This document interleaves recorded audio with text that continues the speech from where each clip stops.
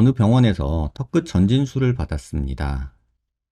애초에 코 재수술 상담하러 갔던 건데 턱 성형은 살면서 한 번도 생각한 적 없었는데 화면에 잘 나올 거라고 몇 번을 강조하고 설득하셨어요. 거의 강요하다시피. 학생이라 돈이 없다고 했는데 할인 이벤트까지 해주시겠다고 해서 기회라고 생각되었고 급한 마음에 했습니다. 결과는 너무 후회가 됩니다. 일단 아직도 턱이 묵직하고 아프고 딱딱 소리가 계속 나고 2차가 같이 만지면 양쪽이 패여 있고 무엇보다 제일 힘든 건 일상 속의 불편함, 근육이 뭉쳐있는 느낌, 턱의 무거움, 또 외관적으로 턱만 마귀알몸같이 길어져 있습니다. 계속 불만을 표출했는데도 1년 후면 다시 제 본래 턱과 비슷한 모양으로 돌아갈 거라고 해서 그 말만 믿고 기다린 지 1년이 되었는데요.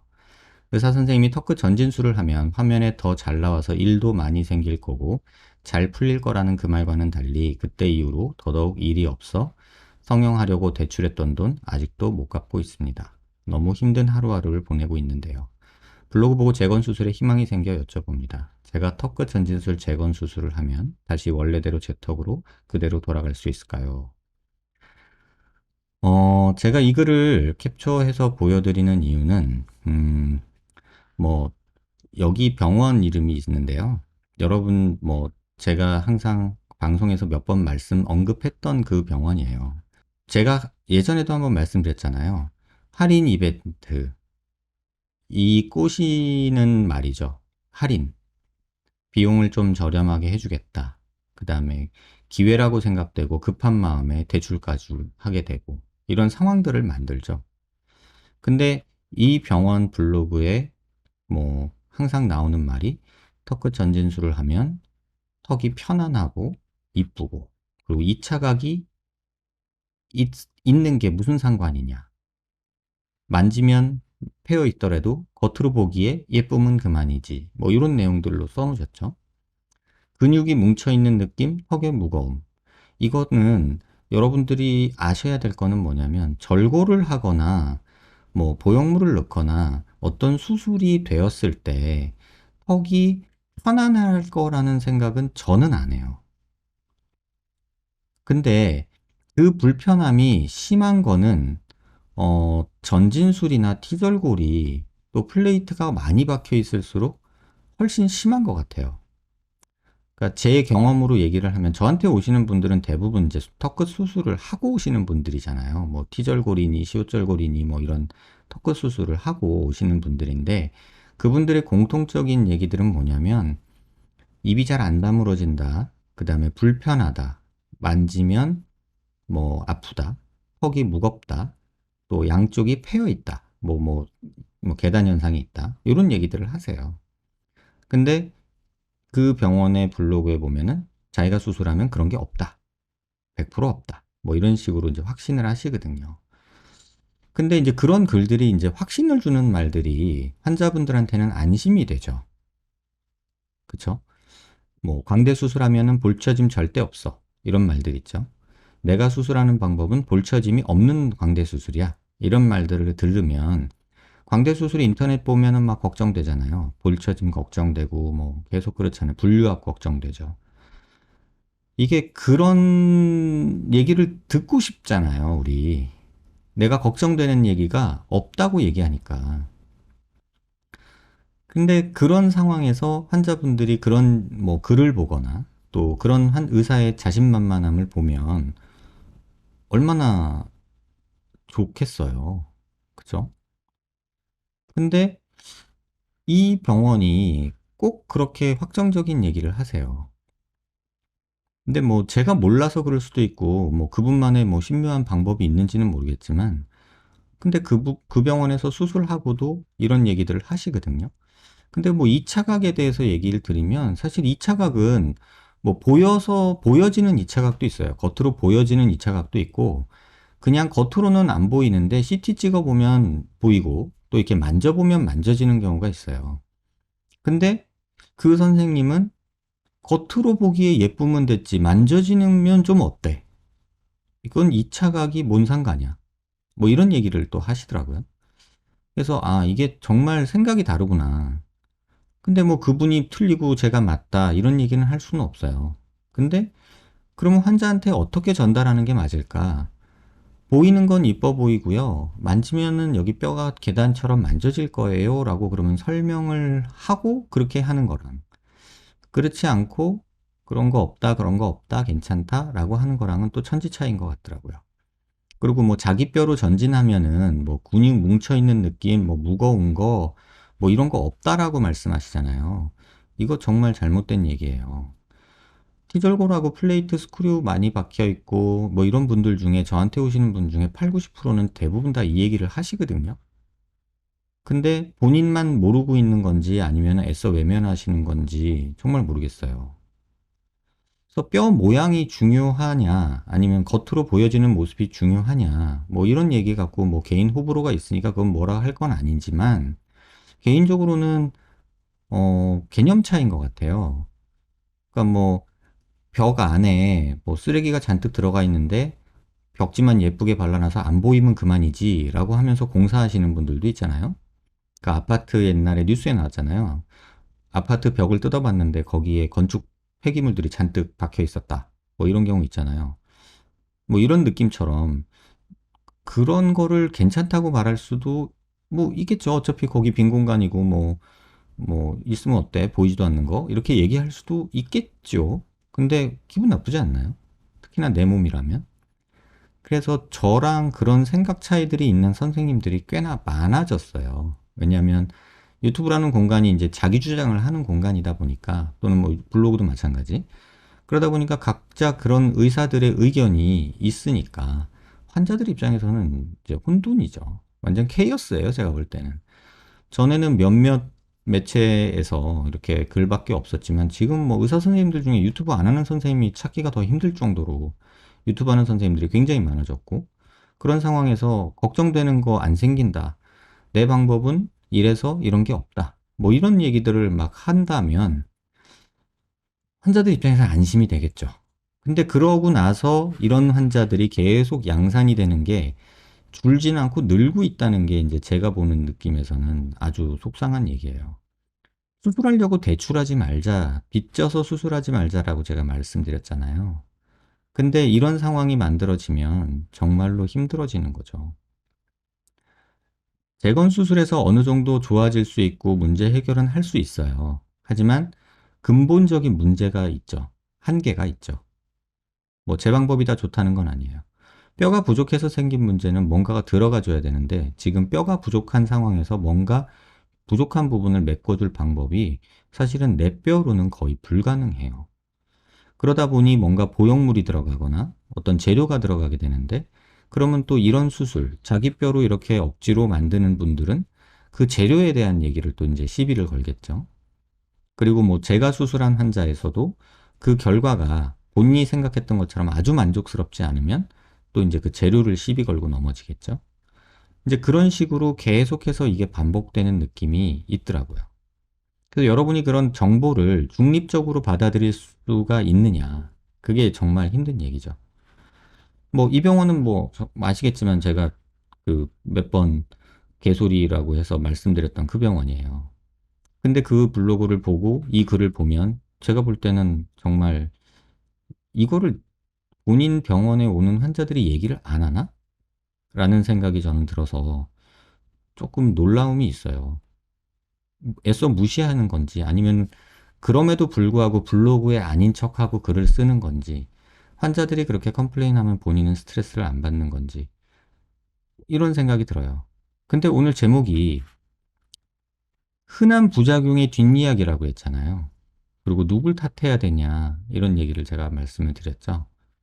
여기에서 이 환자 탓을 해야 될까요? 아니면 그 의사 탓을 해야 될까요? 그러니까 저는 그게 좀 궁금했어요. 이거를 의사 탓이라고 해야 될까? 환자 탓이라고 해야 될까? 계속해서 이런 환자들이 저에게 찾아오는데 이걸 그 의사를 제가 뭐 비난한다고 바뀌겠어요?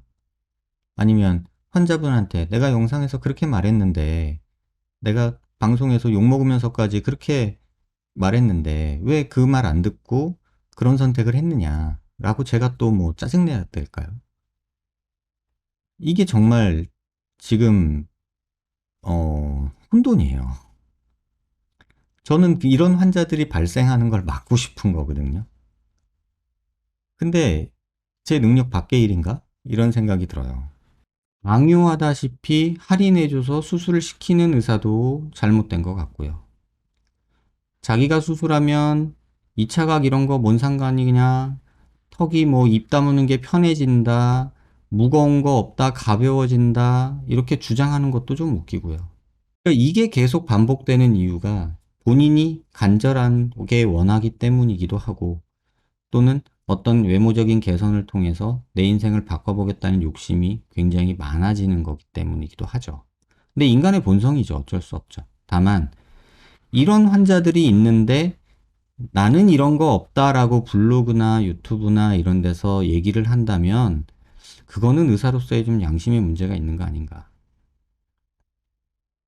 개인적으로는 그런 평가는 웬만하면 하기 싫은데 너무 상반된 내용을 저는 몸으로 매일 겪고 있다 보니 그냥 입 다물고 있는 게 꼭 옳은 것 같다라는 생각은 안 들어요. 물론 제가 수술한 사람은 그럼 다 모두 다 100% 만족하냐? 저도 그렇지 않아요. 저도 때로는 아, 내가 이거 좀 잘못했네. 요거 좀 속상하네. 요거 좀 아쉽네. 오늘도 경과 6개월 경과 오신 분이 있는데 코 수술하고 환자분이 이제 여기가 코의 끝에 넣는 연골이 조금 만져진다라고 하셔서 제가 그랬어요. 거기 늑연골 들어가 있어서 그래요. 그러니까 우리 귀연골 조금 떼가지고 코 안 살짝 넣고 그걸로 덮어주고 그렇게 하면 거기 좋아져요. 우리 그거 날 잡읍시다. 이렇게 얘기를 하거든요. 그때 환자분이 되게 좋아하시더라고요. 수술한 지 6개월이나 지났는데 본인이 아쉬운 거 내가 미리 말해서 고쳐준다고 하니 되게 좋아하시더라고요. 그러니까 그런 모습이 제가 꿈꾸는 진료실인데 사실은 그렇지 않은 경우도 많아요. 본인이 마음에 안 들면 부작용이고 본인이 마음에 안 들면 가서 막 떼쓰면은 악쓰면은 어떤 환자분 표현에 의하면 나도 실장님이랑 원장님 괴롭힐 수 있어요. 뭐 이런 단어를 쓰시더라고요. 그런 경우면 같이 해결하겠다는 의지는 없잖아요. 얼마 전에 광대 수술한 환자분이 있었어요. 근데 이제 광대 수술하고 치아가 약간 뭐 이렇게 조금 까끌까끌하게 만져진대요. 수술하면서 내 이빨 깨먹은 거 아니냐. 이렇게 얘기를 하시더라고요. 그 봤더니 살짝 까끌까끌해요. 그래서 제가 후배 치과 병원 있으니까 이거 가서 보고 진찰 받으시고 이거 해결하세요. 제가 그 치과 진료비는 제 후배한테 보내드릴게요. 이렇게 얘기를 했어요. 그랬는데 그게 다예요? 이러시더라고요. 그래서 아니 그럼 뭘 원하시죠? 그랬더니 보상을 원해요. 이렇게 말씀을 하시더라고요. 그래서 그럼 보상을 원하시면 제가 보험 접수를 해드리는 방법밖에는 없어요. 근데 일단 치과 한번 먼저 가보세요. 그래서 후배 치과 병원에 보냈어요. 그랬더니 후배 치과 의사가 보더니 형 이거 수술하면서 생긴 거 아닌 것 같은데 그러는 거예요. 그래서 야 그래도 환자가 그렇게 느끼니까 그거 뭐 어떻게 해야 돼? 그랬더니 뭐 그냥 살짝 갈아주기만 해도 돼요. 그러더라고요. 그래서 그럼 그렇게 해주고 환자한테 잘 설명해줘. 이렇게 말을 했거든요. 근데 저는 이제 당황했죠. 뭐 내가 만든 거라는 확신도 없고 솔직히 뭐 수술하다가 내가 이빨을 깨먹었으면 알지 않겠어요? 그리고 또 치과 선생님이 마취하다 그랬나? 뭐 이런 생각도 들 수도 있고. 근데 어쨌든 간에 환자가 불편하다고 하니 이건 해결은 해줘야겠고. 그래서 저는 그런 식으로 접근을 했는데 환자분은 보상을 원하더라고요. 그러니까 금전적인 보상을 원하시던 거였어요. 그래서 아, 이게 참, 입장이 많이 다르고 냉정하구나 라는 생각이 들더라고요. 수술하고 염증이 나면 여러분 이제 제일 괴로워요. 의사도 괴롭고 환자도 괴롭고. 근데 이게 누구 잘못이에요? 염증 나면은 의사 잘못이에요? 환자 잘못이에요? 모든 수술은 염증 날 수 있잖아요. 이게 누구 잘못일까요? 특히 누구 잘못이라고 확정 짓기 어렵잖아요. 제 아주 친한 어, 지인의 아들내미 코 수술을 했거든요. 코 수술을 했는데 와 상처가 정말 속된 말로 더럽게 안 낫는 거예요. 그래서 물어봤어요. 너 상처 왜 이렇게 안 났냐? 그랬더니 저 어렸을 때부터 그랬어요. 이러는 거예요. 그래서 뭔 소리야? 그랬더니, 어렸을 때도 뭐 이렇게 긁히고, 이렇게 뭐 넘어지고 깨지고 하면 상처가 다른 사람들보다 한두 달씩 더 늦게 났고 그랬어요. 그러는 거예요. 그래서, 야, 뭐 그 얘기를 왜 이제 해? 그랬더니, 아니, 그냥 성형수술이라서 괜찮은 줄 알았어요. 이러더라고요. 근데 그런 체질도 있단 말이에요. 진짜로. 그러면 누구 잘못이냐는 거죠. 근데 또 때로는 이런 경우도 있어요. 환자가 수술을 하고 정말 안 씻어요. 코 수술을 하고 상처 치료하러 오면 코에 코딱지 잔뜩, 얼굴에 개기름, 막 머리 떡져 있고, 눈곱 끼어 있고, 막 세수도 안 하고 손도 안 닦는 것처럼 손끝에 막 시커멓게 있고, 옷에는 막 땀 냄새 쩔어 있고, 이런 환자들도 있어요. 그러면은 그런 환자에서 염증이 나면은 이제 의사들끼리는 그런 말을 해요. 제네랄 하이진이라고 하거든요. 일반적인 위생관념이 떨어지시는 분들도 있단 말이에요. 그런 분들이 염증 가능성이 높아요, 실제로. 근데 그거를 뭐 네가 안 씻어서 염증 났잖아 라고 환자 타박하기도 쉽지 않잖아요. 책임 전가하기도 쉽지 않잖아요. 어쨌든 간에 그건 같이 해결해야 되는 문제란 말이에요. 의사도 환자도 같이. 근데 최근에 몇 년 사이에 생긴 변화라고 하면 무슨 문제가 생기면 특히 성형수술의 경우 의사 탓을 하는 경우가 많아지더라고요. 수술 잘못해서 문제 생겼다라고 생각하는 경우가 많더라고요. 근데 반대로 물어보면 환자가 수술하고 저한테 물어봐요. 4일째. 원장님, 담배 펴도 돼요? 술 마셔도 돼요? 그걸 왜 물어볼까? 그래서 저는 반대로 묻거든요. 어제 술 마셨지? 어제 담배 폈지? 그러면 거의 99% 네. 근데 걱정돼서요. 이러는 거예요. 그러고 염증 나면 그건 누구 탓일까? 그렇다고 환자 너 담배 펴서 너 술 먹어서 염증 났으니까 네 잘못이야. 난 잘못 없어. 이렇게 말할 수 있나요? 또 그렇지도 않거든요.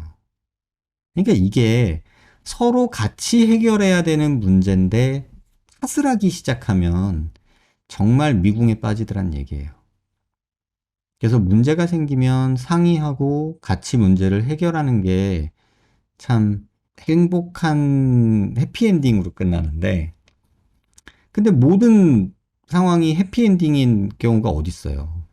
본의 아니게 나는 한다고 열심히 성의껏 최선을 다했지만 뭐 염증이 나는 경우도 있을 수 있고, 또는 상처가 더디 났는 경우도 있고, 피가 고이는 경우도 있고, 멍이 드는 경우도 있고, 뭐 여러 가지가 있을 수 있잖아요. 근데 잘못되면 무조건 의사 탓, 또는 누구 탓, 또는 환자 탓, 이런 식으로 서로 책임 전가하기 바쁜 상황으로 점점 바뀌어지는 것 같다는 얘기죠. 그래서 여러분들하고 오늘 드리고 싶은 말씀은 가장 흔한 뒷이야기는 뭐냐면 서로 남 탓이에요. 뭐 그 병원은 그런 줄 몰랐네, 블랙이네, 뭐 쓰레기네, 뭐 이런 얘기 하는 거 있죠. 근데 그런 거 뭐 부작용 절대 없는 뭐 이런 수술이 있다. 뭐 이런 거 없잖아요. 20년 무사고 뭐 이런 병원 광고하는 것도 여러분 보셨죠? 근데 20년 무사고가 말이 돼요? 성형수술 또는 외과 의사가 수술하면서 자기가 사고 한 번도 안 쳤다? 그러면 마치 운전면허 땄는데 20년 무사고다 라는 거나 비슷하거든요. 가능성은 굉장히 떨어지고 장롱면허만 가능할 수도 있어요. 뭐 솔직히 차 몰다가 우리 뭐 전봇대에 살짝 긁히기도 하고 주차하다가 벽에 살짝 긁기도 하고 뭐 옆에 차 꽁 하기도 하고 티는 안 나지만 그런 접촉되는 경우 아예 없었다고 말하는 운전자 있을 수 있을까요? 가능할까요? 그냥 꽁 하는 거, 벽에 살짝 꽁 뭐 이런 거, 주차하다 벽에 꽁, 뭐 전봇대에 살짝 그이는 거, 문 열다가 옆차 문콕 하는 거 이런 것도 없었다. 그 말이 더 거짓말 같지 않으세요? 근데 우리는 그 말을 듣고 싶어 한다는 거죠. 이게 참 현실인 것 같아요. 그래서 제가 몇 년째 방송하면서 여러분한테 전달드리고 싶은 얘기는 하나예요. 선택에서 어떤 누군가 내가 듣고 싶은 말에 너무 어, 집중하지 말자. 내가 너무 듣고 싶은 말만 해주는 병원을 찾다 보면 어떻게 보면은 좋은 희생양이 될 수도 있다라는 생각이 들고, 또 설사 그래서 실수를 했으면 그때 허우적거리고 급한 마음에 뭘 자꾸 해보려고 하고 인터넷 뒤지지 말고 조금은 시간을 가지면서 여유 있게 천천히 해결 방법을 찾아보시라. 그 다음에 의사가 만약에 그런 실수를 의사 선생님이 지금 방송을 보신다면 본인이 한 수술에 대해서 계속 복기를 하세요. 그 이창호 구단이 알파고랑 이렇게 바둑두잖아요. 근데 경기 끝나면 항상 하는 게 뭐예요? 일어나나요? 바둑 게임 딱 끝나고 이렇게 돌 던지고 졌다 그럴 때 그냥 일어나나요?